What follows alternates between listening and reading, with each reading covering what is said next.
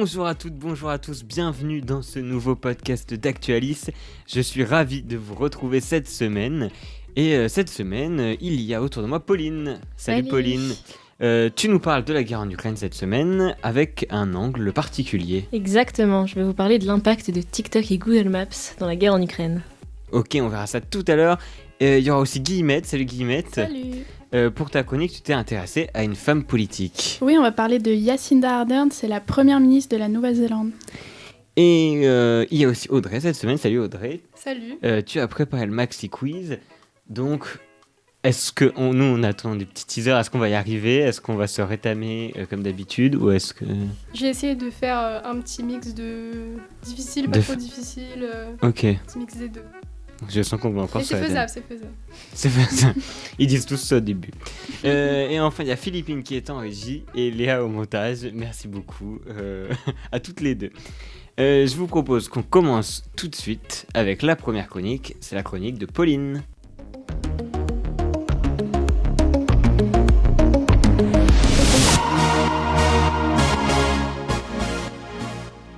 Et donc, comme on l'a dit, on parle beaucoup de la guerre en Ukraine.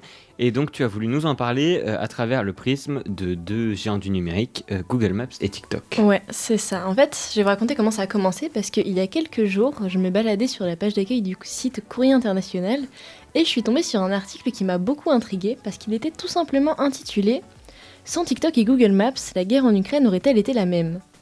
Alors c'est clair que dit comme ça, j'ai un peu eu du mal à voir le lien entre TikTok et les conflits qui se déroulent actuellement. Entre une TikTokeuse et... C'est ça, j'imaginais Poutine sur TikTok, mais pas du tout. Parce que déjà, on va se pencher un petit peu sur Google Maps.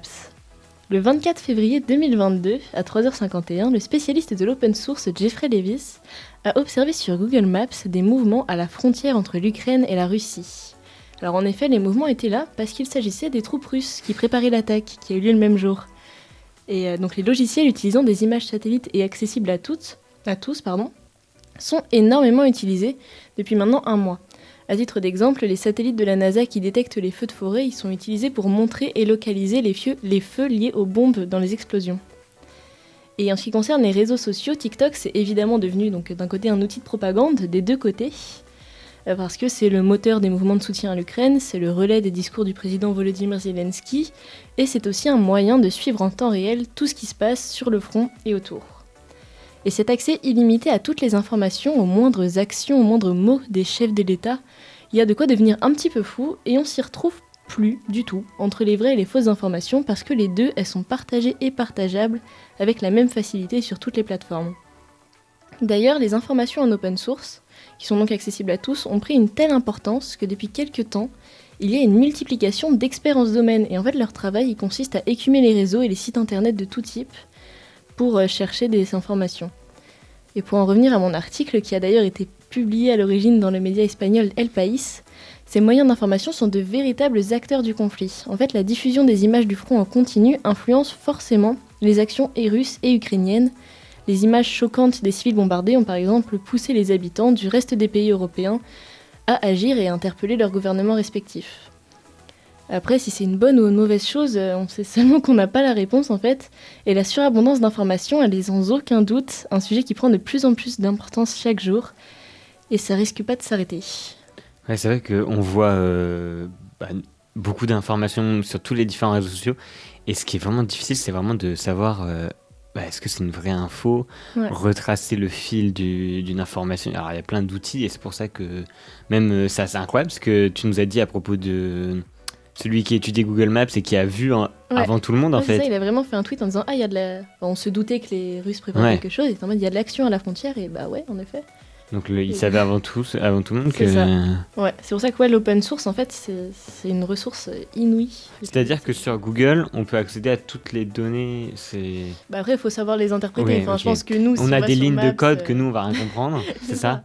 Et puis même, oui, c'est ça. Si tu vois sur Maps, même juste le trafic avec les satellites, si tu sais bien interpréter, tu peux voir à peu près ce qui se passe. Ok, nous, on pense que c'est un bouchon classique. c'est des chars bloqués au milieu de la route. Exactement. Ok. Et c'est aussi intéressant de voir que TikTok, qui est une application chinoise, qui semble, qui était allié de la Russie, c'est un peu compliqué, mais qui a du mal à se positionner sur le conflit soit utilisé. Ouais, bah du coup, dans l'article, c'était TikTok qui était pris en compte, mais on peut compter aussi Twitter, les vidéos qui se diffusent, Facebook, Insta. Ouais. C'est un truc. TikTok, c'est assez utilisé aussi parce que ça se diffuse beaucoup plus facilement en fait. Donc, tout le monde y a accès beaucoup plus facilement et donc les vidéos font beaucoup plus de vues qu'ailleurs. Et j'ai vu que nous enregistrons le lundi et donc si je me trompe pas, aujourd'hui, la Russie a bloqué l'accès à Facebook et Instagram, donc le groupe Facebook, je pense. Et donc il y a plus j'ai vu le mot, mais raison extrémiste. Voilà. C'est ça, ça montre bien l'impact des trucs dans le conflit, c'est clair. Ouais, donc c'est vraiment fermer le. Ouais. Donc à la fois en Russie, ne pas informer les gens sur ce qui se passe sur le terrain. Et de notre côté, ça nous permet d'avoir justement des infos, des images. Et avoir les bonnes informations, c'est ça qui est compliqué. Ouais, c'est ça. Parce qu'il n'y a pas que les bonnes informations, malheureusement, dessus. Vous vous informez comment sur le conflit ? Les lives des médias, beaucoup. Mais... Ouais, les... Actu Show d'Ukraine. Qui a l'air d'être un site d'information précieux. Non, c'est un groupe privé de journalistes qui partagent les infos qu'ils ont sur l'Ukraine, donc c'est pas hyper connu. Enfin, okay. C'est un groupe privé. Ok. Et merci beaucoup Pauline pour ta chronique sur l'Ukraine. On en aura sûrement d'autres vu que c'est une actualité importante, mais on continue cette semaine avec le reportage.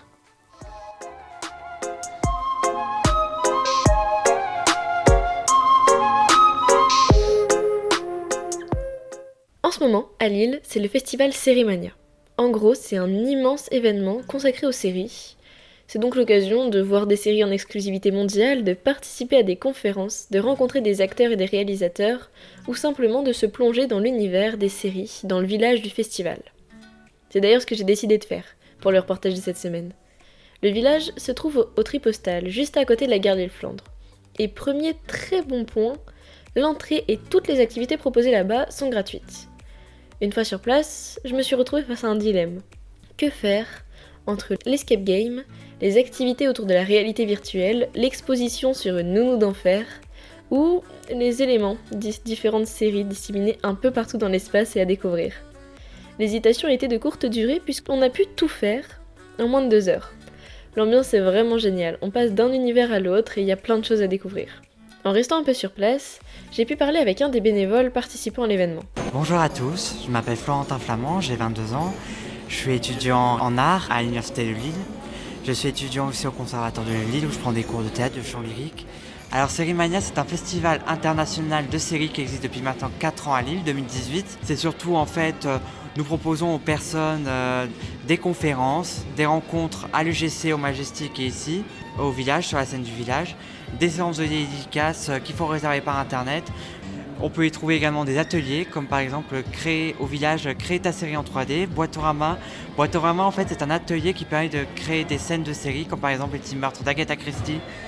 Après, nous avons beaucoup d'autres ateliers, comme du doublage cette année, des conférences aussi, comment faire de la figuration. Aussi, Sérimania, nous avons des cérémonies, la cérémonie d'ouverture qui a eu la semaine dernière, la cérémonie de clôture. Nous avons également des conférences à l'UGC, comme cet après-midi, il y a Stéphane Bern qui vient. Hier, il y a eu Mathieu Kassovitz. Demain, et dimanche, c'était Nathalie Baye.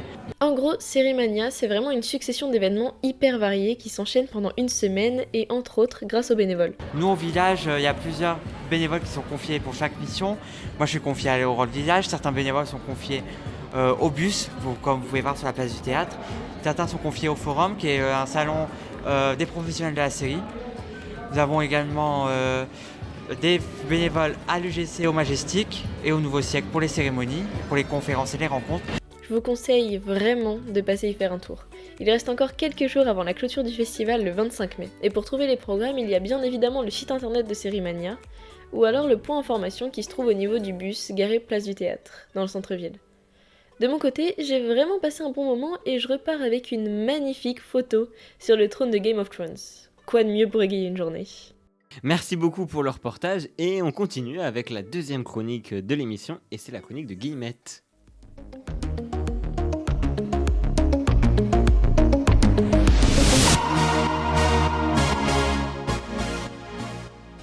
Et donc pour ta chronique, tu nous parles d'une femme politique qui n'est pas française et qui enthousiasme pas mal de monde.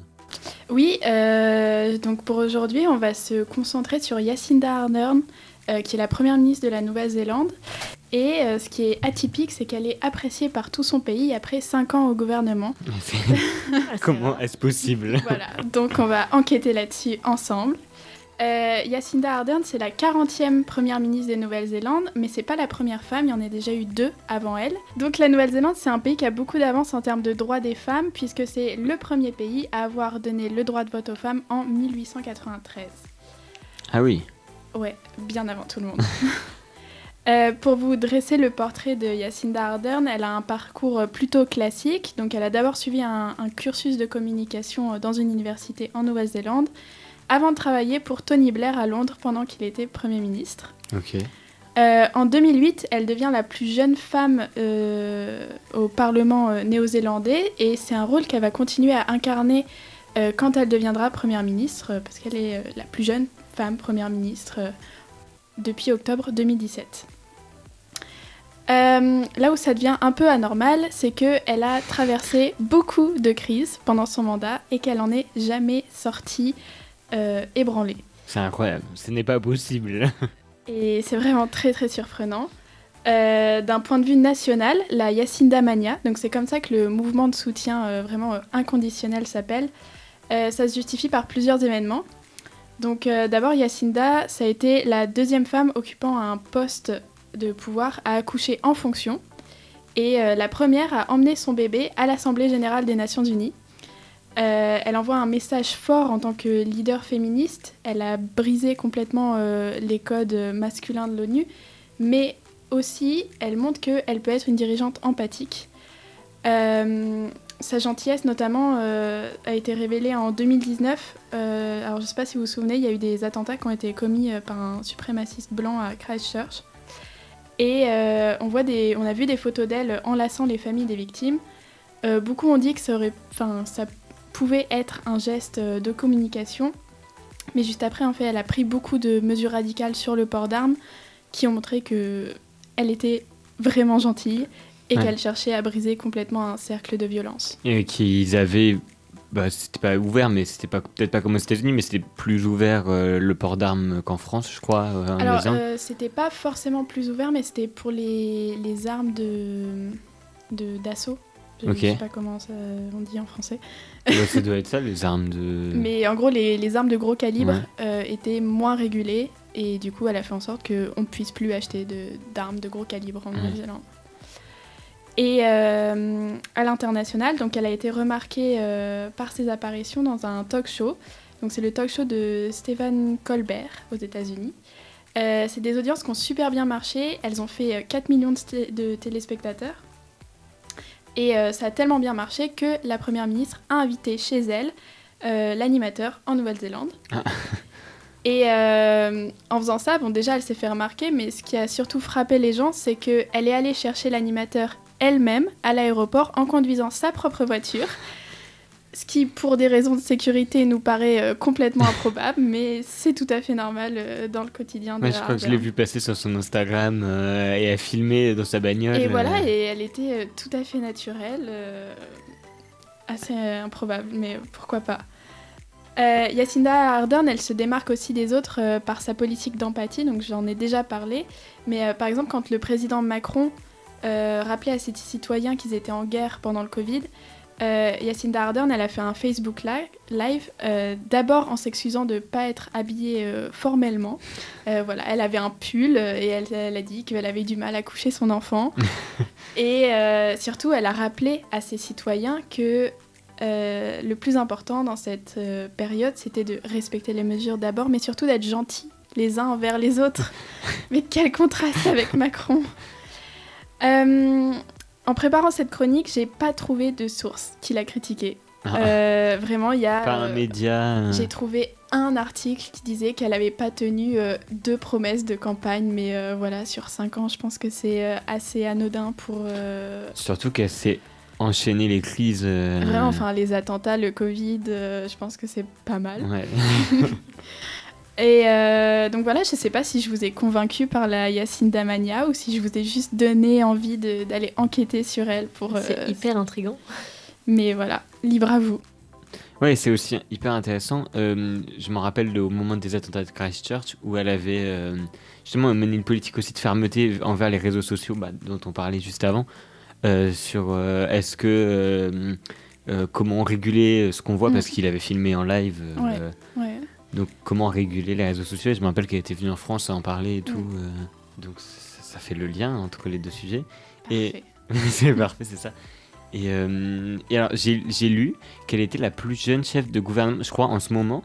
C'est la plus jeune chef d'État dans le monde. Ça, c'est incroyable. Et pourtant, elle n'est pas si jeune. Elle est jeune, mais... Elle a 37 ans, il me semble. Ah, j'aurais dit plus.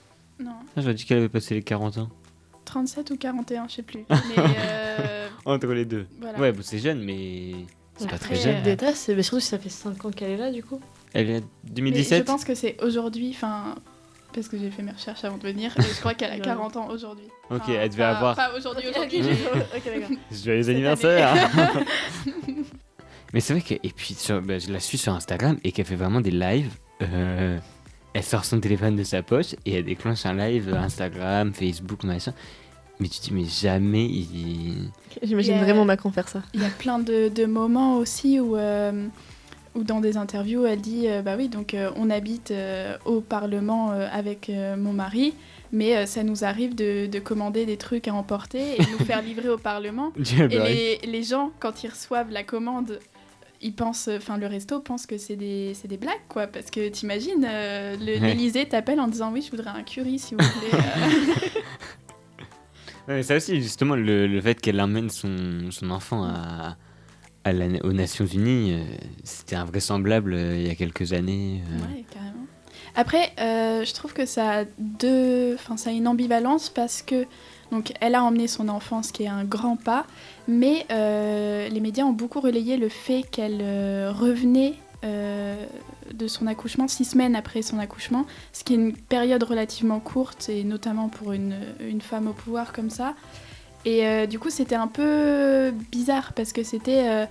elle est super forte, mais c'était aussi... elle a peut-être pas pris le temps de se reposer, parce qu'il y avait trop de pression, donc à prendre avec des pincettes. Ouais, et donc, je sais pas si son mari était à l'ONU, justement, c'était pas lui qui tenait l'enfant, justement, et donc ça avait fait... le couple parfait des parents. C'est intéressant, mais et puis même la gestion de la crise sanitaire, on avait parlé aussi beaucoup des femmes politiques sur le fait que beaucoup de pays où c'était des femmes au pouvoir, il y avait eu une gestion peut-être meilleure de la crise sanitaire. Alors, Philippine a dit, on parle, mais il y a quand même le mari de Valérie Pécresse qui a dit qu'il ferait la vaisselle, c'est ça? Et qui s'occuperait des enfants qui ont 22 ans, non? Ouais, si elle est élue, voilà. C'est vrai que... Non, mais on avance vite en France aussi. C'est la même chose. C'est le Ça même... veut dire qu'il fait ni la vaisselle, ni s'occupe des enfants. C'est vrai qu'elle n'est pas élue. Et merci beaucoup, Guillemette, pour ta chronique. Et on va passer à la dernière partie de cette émission. On va tous souffrir. Sauf Audrey, qui a préparé le Maxi Quiz.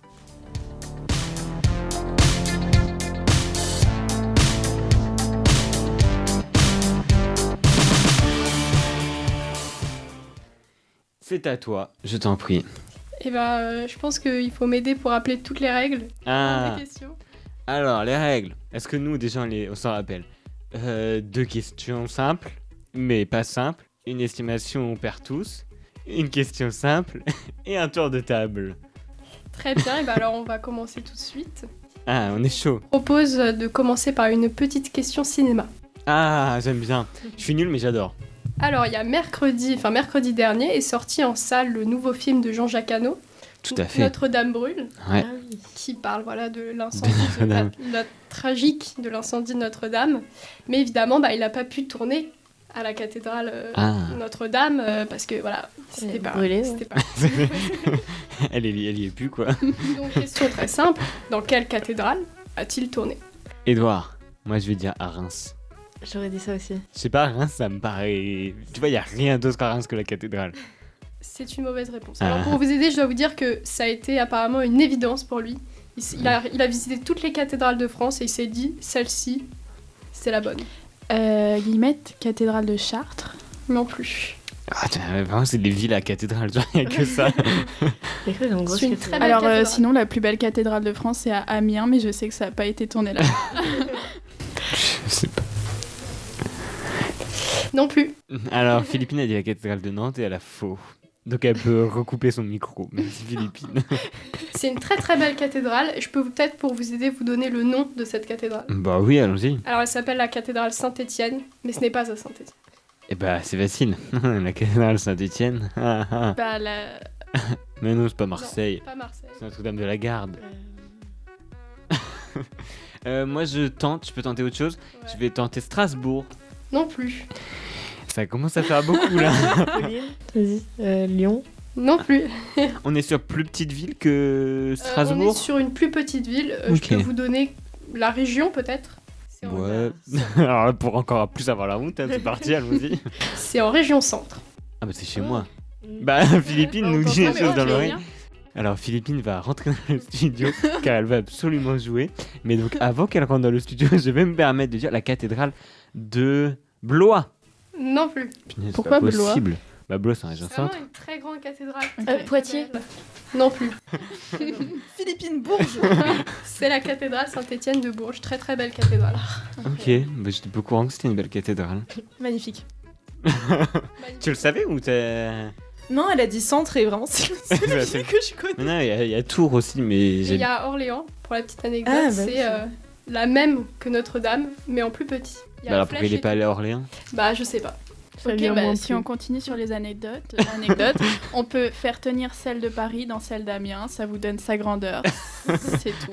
Ok, bah, si on continue dans les anecdotes, celle de Nantes, elle a eu un incendie il y a 2 ans et c'était super triste. Alors c'est assez terrible d'ailleurs que la cathédrale de Nantes ait eu un incendie parce qu'on n'en parle pas du tout. Notre-Dame a eu un incendie, vraiment on s'en fout à Nantes. Et en plus c'était un incendie criminel. Oh non. Ouais.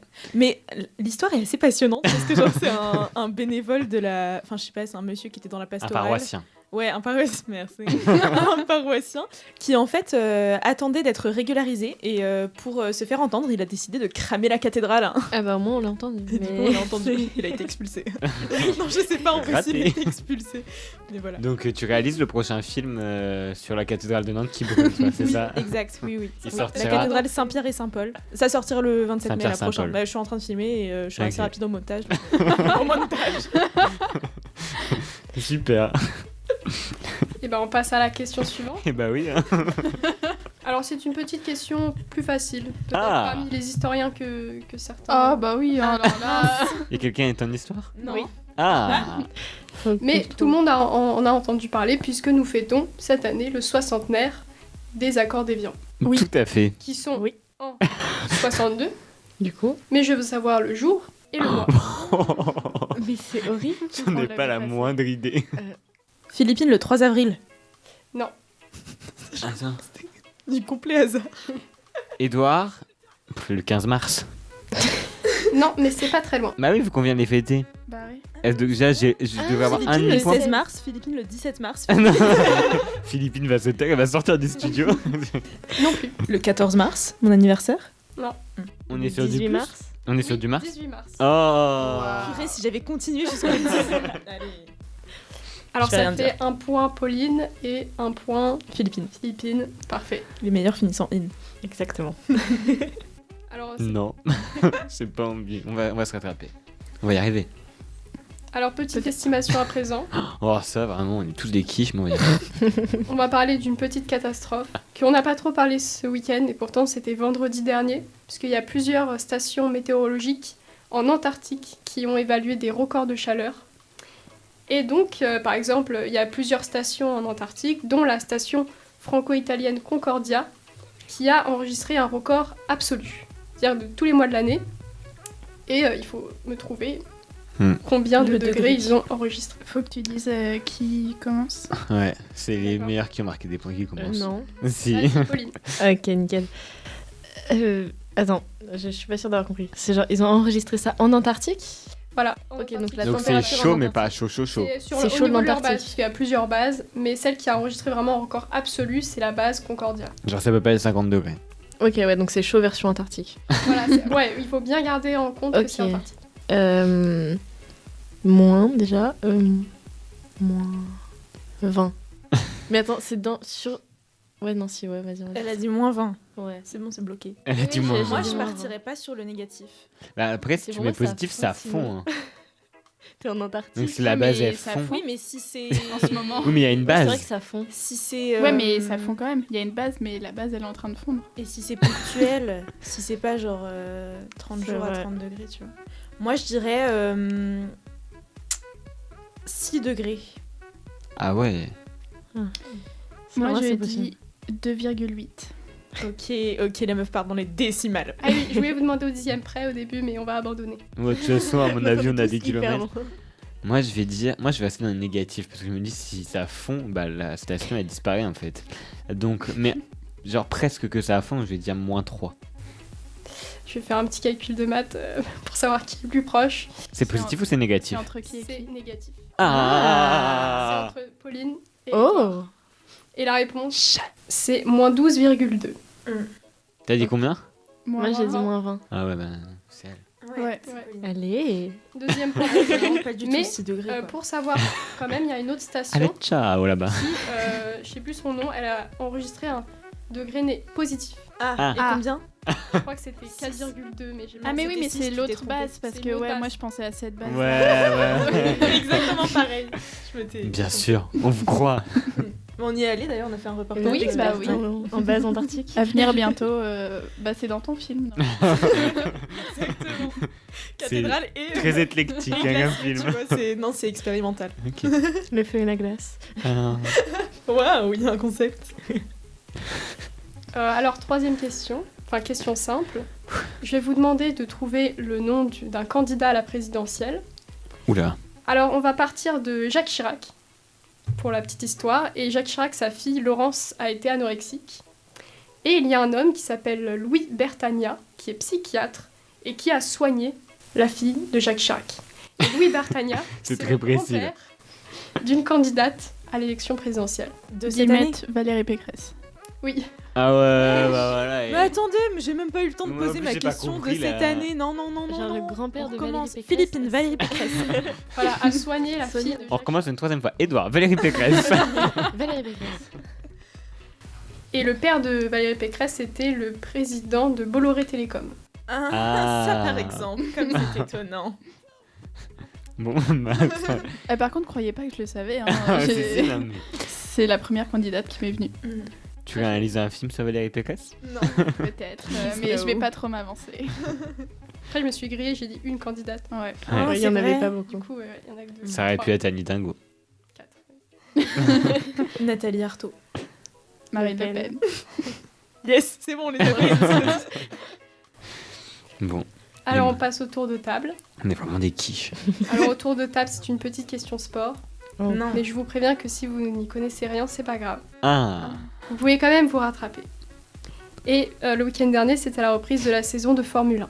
Ah, oui, ok, nickel. bien sûr. On est vraiment entouré d'experts ici. Voilà, c'est ça. Premier Grand Prix à Je Bahreïn. Je suis sûr qu'on va nous demander les écuries. Non, je ne vous demande pas les écuries. Mais Je fais plus facile. pilote. Ni les pilotes. Je vous demande les Le nombre de pays roues. Pardon. qui ont accueilli un Grand Prix de Formule 1. Alors, il y en a beaucoup, donc vous pouvez y aller tranquille au début. Ok. Il faut que tu détermines l'ordre. Ouais, je propose qu'on commence par les plus mauvais. Ou pas. D'accord, on commence par Non. Edouard. Ouais. Il faut pas du tout les écouter en fait. Non, de base, c'est les meilleurs, c'est genre ceux qui ont deux Bah points. non, de base, c'est toujours les plus mauvais. Non, parce de qu'il base, faut c'est avoir... vraiment les meilleurs. C'est un jeu où on a de la pitié pour les mauvais. Ok. Du coup, on fait Vas-y. Édouard, moi, Philippine et Pauline. Voilà, c'est Voilà. ça. Vraiment, c'est pas du tout Yes. la quizeuse qui décide quoi. Les règles sont pas Oui, c'est vrai. claires, le jeu est truqué. Ça te va? Ça me va. Oh C'est là là, parfait. l'autocrate. Non, mais- Ça te va? Ok, c'est bon. Légitimation. Eh bien, moi, je vais dire... Donc, on est d'accord que ça vient de commencer au Bahreïn, donc je dirais le Bahreïn. Tout à fait. C'était... J'en ai donné un. Ouah. Bravo. Eh ouais.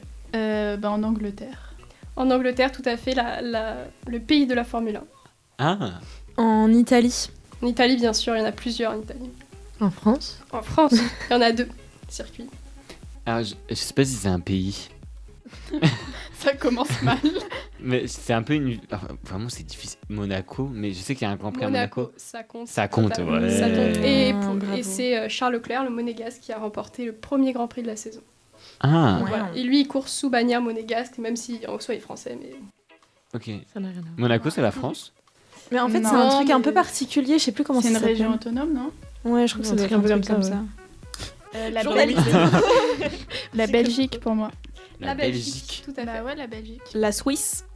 La Suisse, L'Espagne. l'Espagne aussi, c'est bon. On va faire tous les pays du monde. Le Portugal. Le Portugal, c'est bon. L'Allemagne. C'est bon aussi. L'Autriche. Oui, J'ai plus d'idée de pays. Il y en a encore beaucoup, t'inquiète Oui. pas. il n'y en a pas qu'en Europe. Les États-Unis. Les États-Unis, il y en a plusieurs. Ah, ma crotte, j'allais dire les États-Unis. Qu'est-ce qu'on n'a pas dit? Oh, j'ai trop peur de dire une énorme connerie. Je sais pas s'il y en a genre en Australie. Moi, j'ai tenté l'Australie. En Australie. Voilà, je vais me faire dégager, hein. Oui, si, Australie. Oui, Ah oui, bien oui, sûr, oui. bien sûr. Je tente le Canada. Le Canada, c'est bon aussi. En Russie. Oui, Ah en bah. Russie, et il a été annulé. Mais non. Ah bon? Il était prévu au programme de cette année, il n'y sera pas. Au Brésil. Au Brésil, bien sûr. Le bien sûr. Bien c'est- sûr. ouais. Enfin, évidemment. Comme si on C'est pouvait mon l'oublier, quoi. Ah, c'est dur. J'en ai un. Aucune pression. Parce qu'il y a des trucs un peu en Moyen-Orient, donc on a dit Bahreïn, Arabie Saoudite. Aux Pays-Bas. Oui, aussi. Qatar. Le C'est ce que Qatar. j'allais dire. Ah, dommage. Une violence dans cette émission. Ah. Mexique. J'y ai pensé, mais je sais pas C'est sûr. une bonne réponse. Et Oh, Oh, ça la fait fin. des Il y a petits des coups de idées. Oh, la fil. fin. Alors là, où est-ce qu'ils conduisent Les Émirats Arabes Unis. C'est une bonne réponse, encore une fois. Waouh. Attendez, La tension est à son vérifier comble. comme ça, Bah, parce c'est. que je confonds les petits pays du Moyen-Orient. c'est hyper dédaigneux. Mais ouais, C'est quoi la capitale des Émirats Arabes Unis? bah c'est genre. Abu Dhabi, non? Oui, donc c'est Ouais. parce que ça s'appelle le Grand Prix d'Abu Dhabi. Ok. J'en ai un, mais je sais plus s'il a été dit. Du coup, je vais m'abstenir. Et je vais en dire un autre. Qui sera l'Égypte. Malheureusement, non. Ah, ça fait L'Arabie plaisir. Saoudite. L'Arabie Ça avait été Saoudite. dit, ouais. Ouais, Ok. ça avait été dit. Le Danemark. Je ne crois pas. Si. Non plus. si, le Grand Prix de Copenhague, t'as jamais entendu parler? Attendez, je vérifie. Non, je crois pas. Si. Ça met la pression. Le... Ah, donc je peux gagner là. Si elle se plante, je gagne. Algérie. Algérie. Non plus. Et bah voilà. Algérie. Et du Attends, on coup, confirme Non, ta victoire. t'en Bah, dis je un. peux- affirmation, je- Vas-y, dis un. J'en avais encore au moins 5 Vas-y. Ouais. que je préfère Bah, pas dis les révéler. 5. Si ça retombe la semaine prochaine. Non, il n'y a pas un peu en Asie, il y en a. Il y en a en Asie. Et bah le Plusieurs. Grand Prix du Japon. Il y a le Grand Prix du Japon. Est-ce qu'il y avait bien. l'Argentine? Allez. Est-ce qu'il y avait la Nouvelle-Zélande ou pas? Non. Est-ce qu'il y a la Il y a les Chine Philippines. Non. Il y a pas Il n'y a pas Philippines. Ah, c'est Mais il y a des dommage. tout petits pays, Saint-Marin. Est-ce qu'il y a Trinité et Tobago? Ils peuvent pas, genre, ils peuvent pas faire le tour. Ok. Très intéressant. Ouais. Donc il y en a beaucoup. Mais Il y en a pas mal. petite question de personnes qui s'y connaissent pas en Formule 1. Ils jouent tous les. Il joue, alors déjà il joue. Déjà, il roule. Ils jouent- C'est un grand jeu en soi. C'est un jeu. C'est avec Mario des- Kart, mais C'est Mario avec Kart des version. humains, en fait. Voilà, c'est ça. Est-ce qu'ils roulent sur tous les circuits qu'on a dit ou genre chaque saison c'est que Ouais, quelques ça circuits change. Il prévoit à chaque fois Ok. différents circuits au programme. Il passe des contrats avec Avec les certains différents pays circuits pour une durée de temps. Donc, Ok. il y en a qui sont pas là pendant 10 ans, par exemple. Ah, Est-ce qu'il y avait la Colombie? Non plus. Le Chili. Le Chili Non. Y a pas. Et la France, c'est où qu'on a les circuits La France, en ce moment, Bah, ils au sont Mans. au Castellet.